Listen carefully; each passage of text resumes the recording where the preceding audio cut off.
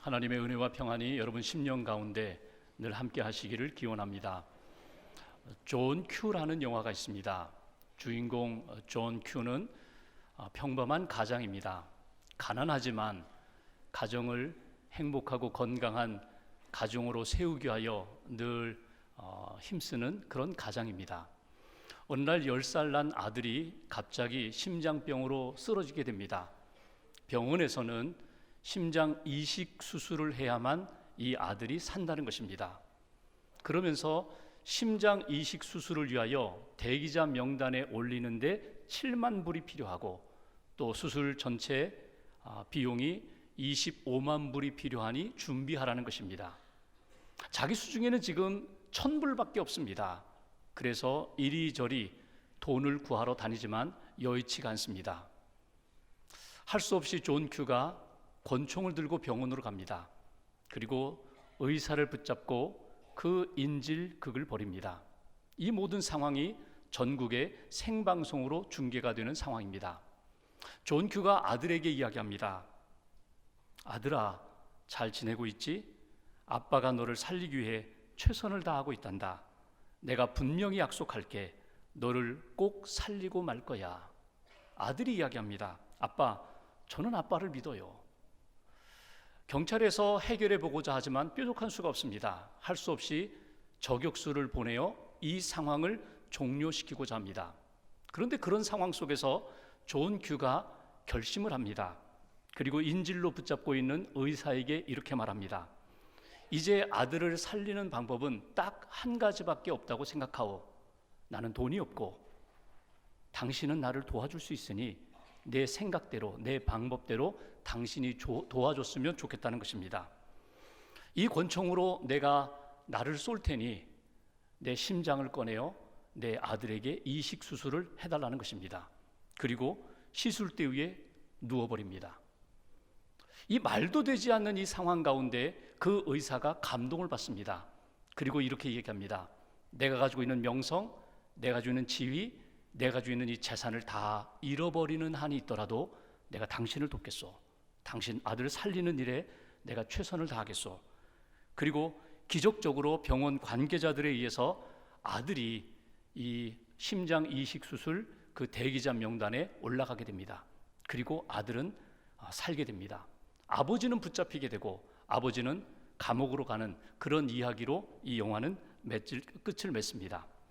이 영화가 개봉된 후에 과연 이 일이 정당한 일인가에 대한 많은 논란이 있었습니다. 그런데 이 영화 속에서 우리가 한 가지 놓치지 말아야 할 것이 있습니다. 그것은 아들을 향한 아버지의 사랑입니다. 아들을 어떻게 해서든지 살리고자 했던 그 아버지의 사랑을 우리는 놓치지 말아야 합니다. 내가 범죄자가 되더라도, 내가 희생하더라도, 심지어 내가 죽는 한이 있더라도 내 아들을 살리고자 했던 그 아버지의 뜨거운 사랑이 이 영화 속에 담겨 있었다는 것입니다. 여러분이 지금 사랑하고 있는 사람은 누구입니까? 여러분이 그 사람을 위해서 무엇을 하고 있습니까? 우리는 예수님의 그 말씀을 우리는 읽고 있습니다. 요한복음 18장에서는 예수님께서 이제 십자가를 지시기 위하여 걸어가시는 장면이 나옵니다. 이미 우리가 본 말씀 가운데 예수님은 다락방에서 제자들의 발을 씻겨주셨고 그들에게 말씀을 주셨고 그리고 그들을 위하여 기도하셨습니다. 이제 제자들과 함께 십자가 지기 위하여 가시는데 제자들과 함께 먼저 어두운 밤길 기드론 시내를 건너서 겟세마네 동산에 가십니다. 그리고 제자들에게 말씀하십니다.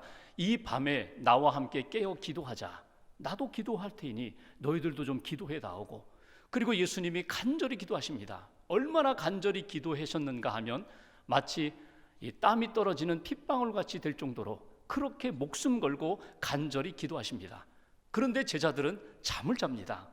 몇 번에 걸쳐 예수님이 좀 깨어서 나와 함께 기도해 나오 부탁을 하지만 베드로를 비롯한 모든 제자들이 잠을 잤습니다. 시간이 지나고 가룟 유다를 앞세우고 예수님을 붙잡고자 하는 사람들이 왔습니다. 등과 횃불과 무기를 든 그 사람들이 예수님 앞에 다가왔을 때 예수님이 말씀하십니다. 너희가 누구를 찾느냐? 나사렛 예수를 찾습니다. 내가 그니라. 내가 나사렛 예수다. 그들이 깜짝 놀랍니다. 다시금 예수님이 묻습니다. 누구를 찾느냐? 나사렛 예수를 찾습니다. 나라도, 나야. 그러니까 나를 붙잡아 가고 여기 있는 제자들과 사람들은 평안하게 붙잡지 말고 집으로 돌려보내다오. 이것이 예수님의 말씀이었습니다. 바로 이런 상황 가운데 예수님이 붙잡히려고 하시는 그 순간에 제자 한 사람이 등장합니다. 바로 곁에 있던 수제자 베드로가 품에 품고 있던 칼을 뽑아듭니다. 그리고 그 붙잡으러 온 사람 가운데 한 사람, 대제사장의 종 말고의 귀를 베어버립니다. 그 베어버린 상황에 예수님이 뭐라고 하십니까? 베드로야, 칼을 칼집에 꽂으라.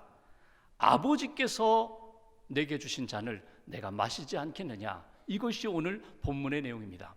오늘 마지막 절에 예수님이 하신 말씀, 아버지께서 주신 잔을 마시지 않겠느냐.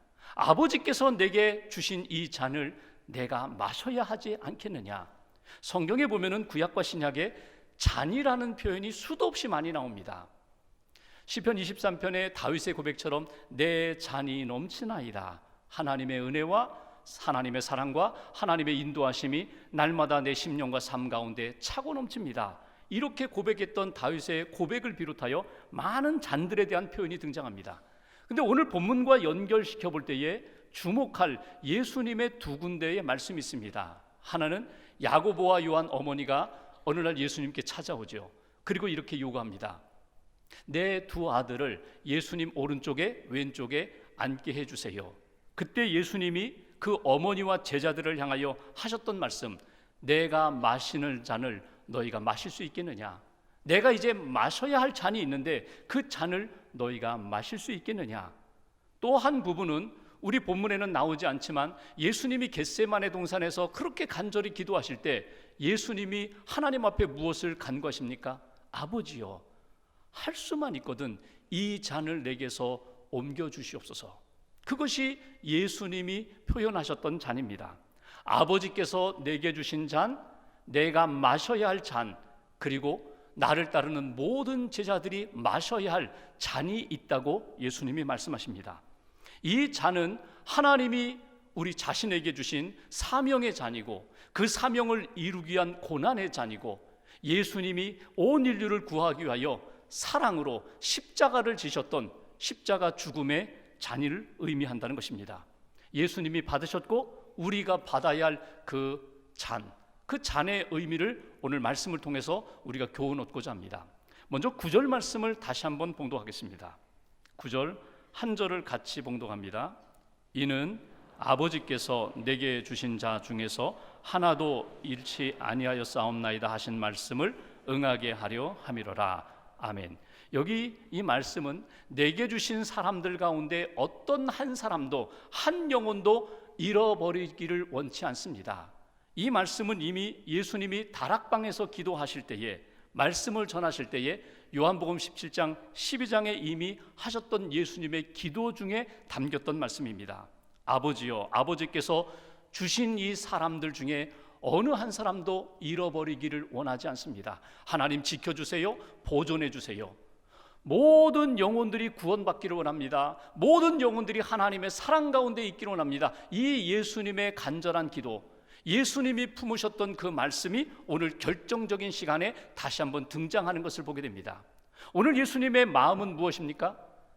아버지께서 내게 주신 잔을 내가 마시지 않겠느냐? 아버지께서 내게 주신 잔을 내가 마시겠다는 것입니다. 이 의미의 첫 번째 메시지가 있다면 영혼 구원을 위하여 내게 주신 잔을 어떠한 고난과 어떠한 핍박과 어떤 어려움이 있더라도 저는 감당하겠습니다. 이것이 예수님이 표현하신 메시지입니다. 예수님의 관심은 영혼 사랑과 영혼 구원에 있었습니다. 2000년 전 제자들을 비롯한 당시의 사람들뿐만 아니라 오늘 이 시대에 예수님을 믿고 따른다는 우리들도, 아직 예수님을 믿지 않는 세상 사람들에게도 예수님의 관심은 그들이 하나님의 사랑을 받고 그의 영혼이 구원받는 것이 예수님의 최대의 관심사입니다. 여러분의 관심은 어디에 있습니까? 세상 사람들의 관심은 2000년 전이나 지금이나 모든 세상 어두움 가운데 사는 사람들은 이 땅에서 잘 먹고 잘 살고 편안하게 사는 것이 관심입니다. 병들지 않고 오래 사는 것이 관심입니다. 육신적인 삶 가운데 안락함을 누리는 것이 관심입니다. 얻는 것, 누리는 것, 다른 사람보다 더 뛰어나 이기는 것, 승리하는 것, 그것이 세상 사람들의 관심이지만 예수님의 관심은 그때나 지금이나 영혼을 사랑하며 영혼을 구원하는 것에 예수님의 관심이 있었다는 것입니다. 이것을 사도 요한은 요한복음을 기록하면서 예수님의 마음과 관심은 영혼 사랑에 있었다, 영혼 구원에 있었다, 그것을 놓치지 않았다는 것입니다. 요한 3서 1장에 보면은 사도 요한이 가이오 장로에게 편지를 보냅니다. 그러면서 1장 2절에 보면은 사도 요한이 가이오 장로에게 문안 인사를 하면서 이렇게 편지를 시작합니다. 사랑하는 자여, 내 영혼이 잘됨 같이 내가 범사에 잘되고 강건하기를 간구하노라. 내가 기도할 때마다 내 영혼이 잘되기를 먼저 구한다는 것입니다. 그러니까 요한의 마음도 이 세상 사람 모든 사람들의 마음속에 있는 일반적인 관심, 건강한 것, 내 가정이 잘 되는 것, 사업이 잘 되는 것, 내가 번영하면서 사는 것, 안락함을 누리는 것, 많은 것을 얻고 살아가는 것, 그것에 관심을 두고 있지만 오늘 예수님의 관심, 사도 요한의 관심은 그것은 제1관심사가 될 수 없다는 것입니다. 제1관심사는 예수님의 관심처럼 영혼이 구원받는 것, 영혼이 잘 되는 것, 거기에 있다는 것입니다. 여러분, 영혼을 잃어버리면, 영혼이 구원받지 못하면, 영혼이 피폐하고 영혼이 병들고 영혼이 어두운 길로 가고 사망의 길로 가면 이 땅에서 내가 누리고 있는 그 모든 것들이 의미 없어요. 결국 헛된 것이에요. 그래서 사도 요한의 권면처럼 내 영혼이 잘 되고 범사가 잘 되고 강건하기를 원한다. 내 영혼이 잘 되고 영혼 구원의 역사에 쓰임받는 인생이 가장 복된 인생이라고. 그래서 예수님이 그렇게 기도하십니다. 아버지여, 아버지께서 내게 주신 잔, 그 잔은 영혼 구원을 위하여 내게 주신 잔입니다. 이 잔은 고난의 잔이고 때로는 고독의 잔이고 때로는 시련의 잔이지만 십자가를 향하여 걸어가는 길이지만 내가 기꺼이 감당하겠습니다. 이것이 오늘 예수님의 마음이고 저와 여러분들에게 기대하시는 마음입니다. 여러분 자신의 영혼에 대하여 관심을 가지십시오. 여러분의 영혼이 사랑받고 살아나는 일에 여러분 관심을 가지십시오. 내 영혼이 구원함 받을 뿐만 아니라 내가 만나는 사람들, 내가 사랑하는 사람들의 영혼에 대하여 관심을 가지십시오. 그 영혼이 예수님을 만나고 복음 안에서 구원받을 수 있는 그 일에 관심을 갖고 그 구원하는 일에, 영혼 구원하는 일에 쓰임받는 인생이 되게 해달라고. 그것이 오늘 우리에게 주시는 첫 번째 메시지예요. 감리교를 시작한 존 웨슬리 목사님이 늘 마음속에 간직하셨던 하나의 모토가 있습니다. 언제 어디서나 영혼 구원. 말을 타고 다니며 복음을 전할 때에도, 어려운 이웃들을 만날 때에도, 내가 구제를 할 때에도 언제 어디서나 영혼 구원. 영혼 구원이 빠진 구제와 사랑은 의미 없다는 거예요. 사람들이 보기에는 좋을지 모르지만 하나님의 기쁨은 언제 어디서나 영혼 구원.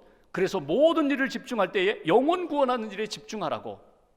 감리교인 가운데 한 사람이었던 윌리엄 부스라는 분이 있습니다. 이분이 어느 날 꿈을 꾸는데 지옥을 보게 돼요. 그리고 그가 깨어나서 이렇게 생각합니다. 이렇게 살면 안 되겠다. 미지근하게 살면 안 되겠다. 결국은 이러다가 지옥 가는 거 아닌가? 세상 사람들이 이렇게 편안하게 살다가 결국 지옥 가는 것 아닌가? 그래서 그가 영혼 구원을 위한 군대를 창설하게 됩니다. 그것이 구세군입니다. 셀베이션 아민. 어떻게든지 우리가 영원하는 영적 군사로서 우리가 살아야 된다. 그가 귀한 일들을 감당할 때에 1904년 에드워드 7세 왕이 자기를 왕궁으로 초청했어요. 그리고 무슨 나에게 좋은 말 좀 하나 좀 글을 남겨달라고 방명록을 내밀면서 좀 나에게 유익한 글을 하나 좀 써달라고 했을 때 윌리엄 부스가 거기에 남긴 글은 이것입니다. 각하, 어떤 사람의 야망은 예술에 있고 어떤 사람의 야망은 명예에 있고 어떤 사람의 야망은 황금에 있사오나 나의 야망은 오직 하나, 사람의 영혼이 구원받는 것에 있습니다. 한 영혼이 구원받는 일이라면 내가 거꾸로 서서 탬버린을 치라면 내가 탬버린을 치겠습니다. 내가 춤을 추라면 내가 춤을 추겠습니다. 무슨 일이든지 하겠습니다. 한 영혼을 구원하는 일이라면 내 몸을 다 던지겠습니다. 그것이 윌리엄 부스의 각오이면서 신앙이었습니다. 오늘 예수님을 보십시오. 영혼 구원하는 일이 있다면 내가 이 고난의 잔을 내가 기꺼이 받아들이겠습니다. 하나님이 내게 주신 이 잔은 이 고난은, 이 기회는 영혼 구원을 위한 잔임을 내가 믿고 받아들이겠습니다. 이것이 오늘 예수님이 가지셨던 고백이면서 예수님을 믿고 따랐던 많은 믿음의 사람들, 헌신한 사람들이 품고 있었던 영성임을 우리가 잊지 마시고, 여러분 영혼 사랑하는 일에, 영혼 구원하는 일에 여러분이 집중하며 한 주간 살아가시기를 주님의 이름으로 기원합니다. 두 번째로 10절 말씀을 보십시오. 10절 한 절을 같이 봉독합니다. 이에 시몬 베드로가 칼을 가졌는데 그것을 빼어 대제사장의 종을 쳐서 오른편 귀를 베어버리니 그 종의 이름은 말고라. 아멘. 여러분, 이 상황을 한번 이렇게 영상으로 한번 그려보세요. 예수님이 붙잡혀 가시려고 하자 칼을 품에 품고 있었던 열심당원 그 베드로가 칼을 뽑아버립니다. 그리고 그 칼로 말고의 대제사장 말고의 그 귀를 베어버립니다. 저는요, 베드로가 검술이 뛰어나다고 생각하지 않아요. 베드로는요, 어부 출신입니다. 그렇게 칼 쓰는 사람이 아닙니다. 그런데 지금 베드로가 그 종의, 대제사장의 종의 귀를 자르려고 한 것이 아니라요, 목을 치려고 했죠. 목을 치려고 하다가 빗맞아서 결국 귀가 잘려나간 것입니다. 누가복음 22장 51절에 보면은 바로 이 상황 가운데 예수님이 베드로에게 무슨 말씀을 하세요? 베드로야, 베드로야, 이것까지 참아라. 이거 참아야 돼. 혈기 부리지 마. 칼 휘두르지 마. 이것까지 참아야 돼. 그리고 떨어진 귀를 주어서 말고의 그 귀에 붙여주시면서 치유하시는 장면이 나와요. 오늘 이 베드로의 모습과 예수님의 모습은 아주 대조적으로 나타납니다. 차이가 어디에서 나타날까요? 어디서부터 잘못 출발되었을까요? 오늘 거슬러 올라가면 오늘 본문에는 기록되어 있지 않지만 요한복음 18장 2절과 3절 사이 예수님은 겟세마네 동산에서 목숨 걸고 기도하시고 그 기도해야 할 시간에 깨어있지 못하고 잠자던 그 베드로의 모습에서부터 출발점이 달리 나타난 것입니다. 아버지께서 내게 주신 자를 내가 감당하려면 하나님이 내게 주신 사명, 영혼 구원하는 그 일, 그리고 내 영혼이 살고 영혼을 살리는 일에 쓰임받기 위해서 우리에게 꼭 필요한 것이 있다면 반드시 기도가 필요하다는 거예요. 그래서 두 번째 우리에게 주시는 메시지, 하나님이 내게 주신 그 자는, 하나님이 내게 주신 사명은, 고난은 기도함으로만 감당할 수 있는 잔이라는 것입니다. 기도 없이는 그 사명을 감당할 수 없어요. 기도하지 않고는 이 고난의 문제를 해결할 수 없어요. 우리가 읽은 말씀 1절에 보면은 예수님이 다락방을 나오셔서 겟세마네 동산에 가는 그 중간에 기드론 시내를 건넜다고 말씀합니다. 기드론이라는 말은 뭐냐면 암흑, 어둠이라는 뜻이거든요. 어둠의 시내, 어둠의 골짜기입니다. 깊은 골짜기를 지나서 건너서 결국 겟세마네 동산, 기도의 동산으로 가셨어요. 우리 앞에 끊임없이 고난이 몰려옵니다. 끊임없이 위기가 몰려옵니다. 하나님의 뜻대로 살고자 할 때 끊임없는 시험이 우리에게 찾아올 때 우리가 찾는 길이 무엇입니까? 그건 기도의 자리입니다. 은혜의 보좌 앞으로, 하나님을 만나는 자리로, 기도하며 하나님의 은혜와 능력을 받는 자리로 찾아가는 일이 우리에게 필요하다는 것입니다. 예수님이 그 뜻을 아셨어요. 기드론 시내는 건넜지만 기도의 자리에서 잠자던 베드로는 결국은 결정적인 상황에 자기 몸에 있던 칼을 빼어들고 칼을 휘둘렀어요. 반면에 기도로 무장하고 기도로 준비하신 예수님은 결정적인 시간에 자원함으로 기꺼이 자신을 십자가의 길로 던지셨어요. 차이는 어디 있을까요? 기도하면 문제가 되지 않는다는 거예요. 기도하면 어떤 문제도 감당할 수 있는 능력을 하나님이 주신다는 거예요. 반대로 기도하지 않으면 작은 문제는 점점 커지게 됩니다. 기도하지 않으면 하찮게 여기던 그 문제가 나를 삼켜버리는 그런 일들이 나타난다는 거예요. 그래서 깨어 기도해야 된다. 기도하면서 하나님이 나에게 주신 사명을 감당하는 믿음의 사람으로 나아가야 한다. 어떤 사람의 좌우명을 읽었습니다. 너무 마음에 들어요. 고난이 오면 기도로 대응한다. 사명을 앞에 두고는 기도로 준비한다. 아예 벽에다가 써 붙였다는 거예요. 고난이 오면 기도로 대응한다. 사명을 앞에 두고는 기도로 준비한다. 어떤 고난이 찾아오더라도 기도하면 감당할 수 있다는 거예요. 오늘 예수님처럼 기도하면 감당할 수 있고, 기도하지 못하면 베드로처럼 내 힘과 능력을 의지하며 칼을 뽑아들고 휘두르는 그런 인생이 되어버린다고. 여러분, 성도의 능력이 어디 있을까요? 성도의 능력이 자기가 가지고 있는 재력이나 지식의 힘이나 경험의 힘이 있을까요? 아닙니다. 교회의 힘은 어디 있을까요? 건물이나 많이 모이는 사람 숫자에 교회의 힘이 있을까요? 아닙니다. 성도의 힘도, 교회의 힘도 하나님의 은혜와 능력 안에서 나타나야 합니다. 하나님의 능력 안에서 기도의 눈물이 있고 하나님을 향한 뜨거운 사랑이 있고 영혼이 살아나고자 하는 그런 믿음의 역사가 있을 때 그 교회와 그 성도는 능력의 사람이 되는 거예요. 어떤 시련과 어떤 어려움이 찾아온다 할지라도 저는 기도하겠습니다. 여러분, 이번 주간에 여러분 앞에 있는 큰 태산과 같은 문제가 무엇입니까? 여러분, 그 문제 앞에 여러분의 지식으로 여러분의 힘으로 서지 말고 기도하면서 하나님이 주시는 능력으로 서보십시오. 태산이 평지가 될 것입니다. 문제가 되지 않아요. 기도하지 않으면 태산이 나를 삼켜버리지만 기도하면 그 태산이 문제가 되지 않는다는 것, 그런 은혜를 체험하시기를 주님의 이름으로 기원합니다. 목사님, 기도했는데도 왜 문제가 해결되지 않습니까? 기도하는데도 왜 내 안에 평안이 찾아오지 않습니까? 우리가 기도하면 하나님이 내가 내 기도 들어주고 있다, 내가 듣고 있다, 그 사인으로 우리에게 주시는 것이 평안입니다. 기도하면 하나님이 우리 마음 가운데 평안을 주세요. 담대함도 주세요. 근데 기도했는데도 평안이 임하지 않는다면요, 하나님의 뜻대로 구하지 않는 거예요. 야고보서 4장 2절과 3절에 보면 야고보는 기도에 대하여 이렇게 권면을 합니다. 너희가 얻지 못함은 구하지 아니하기 때문이요 구하여도 받지 못함은 정욕으로 쓰려고 잘못 구하기 때문이다. 기도 안 하는 것도 문제지만 기도한다고 하면서 끊임없이 내 욕심을 내려놓지 못하고 그 욕망에 사로잡혀서 정욕으로 기도하는 것, 하나님이 응답하시지 않는다는 거예요. 그러니까 평안하지 못하고, 그러니까 힘을 얻지 못하고, 그러니까 지혜를 얻지 못한다.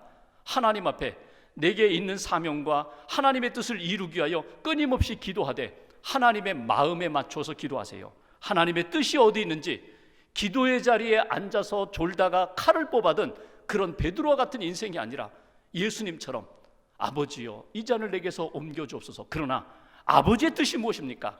하나님의 뜻대로 내가 살기로 원합니다. 하나님의 뜻대로 내가 맞추기로 원합니다. 그 기도의 자세와 믿음의 방향을 회복하는 저와 여러분 되시기를 주님의 이름으로 기원합니다. 편안함 추구하지 마시고 육신적인 안락함에 빠져들지 마시고 영적으로 깨어나는 사랑하는 성도님들 되시기를 주님의 이름으로 축원합니다. 마지막 11절 말씀 보십시오. 11절 한 절 같이 봉독합니다. 예수께서 베드로더러 이르시되 칼을 칼집에 꽂으라. 아버지께서 주신 잔을 내가 마시지 아니하겠느냐 하시니라. 아멘. 예수님이 이렇게 강조하십니다. 아버지께서 주신 잔을 내가 마시지 않겠느냐. 아버지께서 내게 주신 잔을 내가 기꺼이 믿음으로 마시겠다고, 순종하겠다고, 받아들이겠다고, 내 입술로만이 아니라 내 몸으로 던져서 하나님의 뜻 가운데 살겠다고 그렇게 결심하며 순종하시는 예수님의 결단과 모습을 보게 됩니다.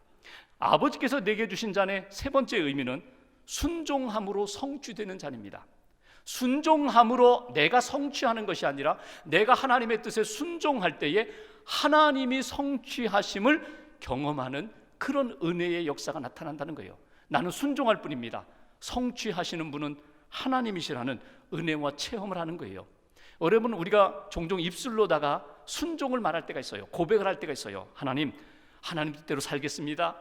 하나님 뜻에 순종하겠습니다. 내 뜻은 접고 내 잔은 내려놓고 내 칼은 버리고 하나님의 잔을 붙잡고 하나님이 내게 주시는 잔을 따라서 내가 순종하겠습니다. 여러분, 입술의 고백만으로 안 됩니다. 여러분 몸이 따라가셔야 돼요. 여러분 몸이 하나님 앞에 순종하는 삶으로 여러분 끊임없이 연습하시면서 경건한 삶으로 순종의 삶이 되셔야 돼요. 스포츠 경기 가운데 야구 경기를 참 좋아합니다. 그 야구 경기를 보면 재미가 있어요. 어떤 재미가 있는가 하면 감독이 작전을 짜요. 예를 들면 한 선수가 안타를 치고 1루에 갔습니다. 그리고 점수는 지금 0대 0인데 한 8회 말 정도 됐어요. 이제 얼마 남지 않았어요. 그러니까 감독이 이제 타석에 들어선 타자에게 사인을 보냅니다. 번트를 해라. 번트를 해서 1루에 있는 주자를 2루까지 보내라. 그리고 너는 죽으라는 거예요. 희생 번트하라는 거예요. 그런데 지금 이 타석에 들어선 이 타자는요, 홈런을 잘 치는 타격 왕이라고 한번 가정해 보십시오. 지금 감독은 희생 번트에 희생번투하고 너는 죽고 1루에 있는 그 주자를 2루까지 보내. 그 사인을 주목해야 되는데 사인을 무시했다고 생각해 보십시오. 그 선수는 좋은 선수 아닙니다. 선수의 본분을 잃어버린 사람입니다. 선수들은 끊임없이 감독의 사인을 늘 주목합니다. 투수는 투수대로, 포수는 포수대로, 이 외야에 있는 선수들 또 수비할 때에 또 타격에 들었을 때 감독의 사인을 따라 움직여야 팀이 승리할 수가 있는 거예요. 성도는 끊임없이 하나님의 사인을 관심 갖고 하나님이 무엇을 말씀하실지, 하나님이 내게 원하는 뜻이 무엇인지를 끊임없이 찾는 사람이 성도예요. 내가 내 뜻대로 살겠다, 그건 하나님의 자녀 아니죠. 하나님을 믿고 따르는 성도 아니죠. 예수님의 제자 아니죠. 예수님의 제자는, 하나님의 자녀는 끊임없이 하나님의 뜻을 관심을 갖고 붙잡고 따르는 사람입니다.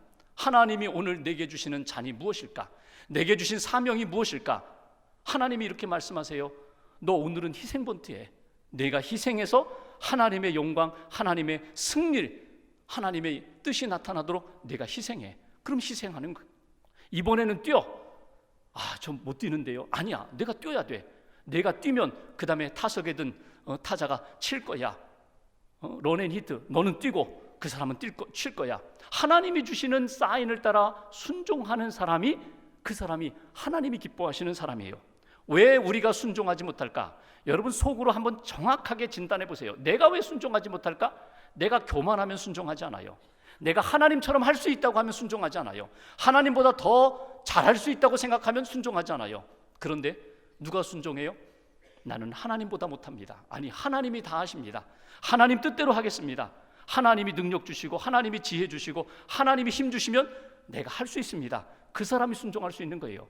하나님이 기뻐하시는 믿음의 길에서 예수님이 그렇게 하셨던 것처럼 아버지께서 내게 주신 잔을 내가 마시지 않겠느냐? 마시겠다는 거예요. 순종이라는 말이 히브리어로 샤마라는 말입니다. 샤마라는 말은 순종이라는 의미도 있고 듣는다는 의미도 돼요. 그러니까 순종을 잘 하시려면요, 하나님의 말씀을 계속해서 영의 귀를 열어서 들으셔야 돼요. 내게 무슨 말씀을 하실까?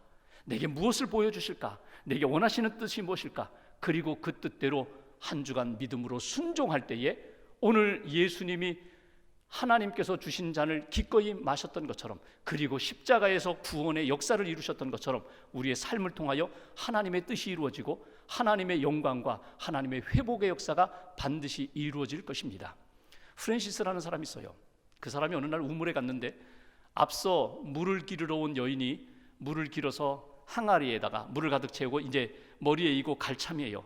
그런데 이 머리에다가 항아리를 이기 전에 손바닥만한 나무 조각 하나를 그 항아리 물에다 던지는 거예요.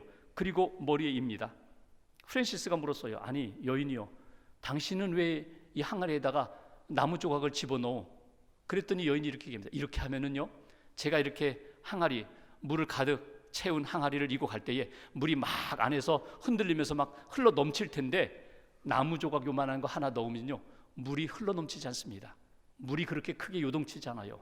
그때 프랜시스가 무릎을 탁 쳤다는 거예요. 그렇구나. 하나님의 뜻 가운데 순종하면서 믿음의 길을 걸어가는데 끊임없이 자기 마음 가운데 요동칠 때가 많거든요.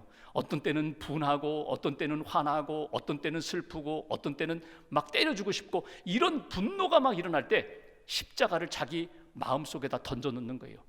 예수님의 십자가를 자기 마음속에 던져 넣으면 그 십자가의 능력이 내 마음을 평온케 하고 감당할 수 있는 힘으로, 능력으로 나타난다.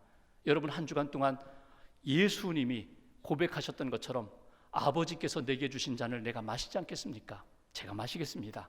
오늘 예수님의 그 십자가 앞에서의 믿음과 결단과 순종을 저와 여러분들의 삶으로 끌어들이시고 주님과 함께 생명의 길, 또 십자가의 길, 또 구원의 길을 걸어가는 순종하는 하나님의 사람으로 세워지시기를 주님의 이름으로 간절히 기원합니다. 기도하겠습니다.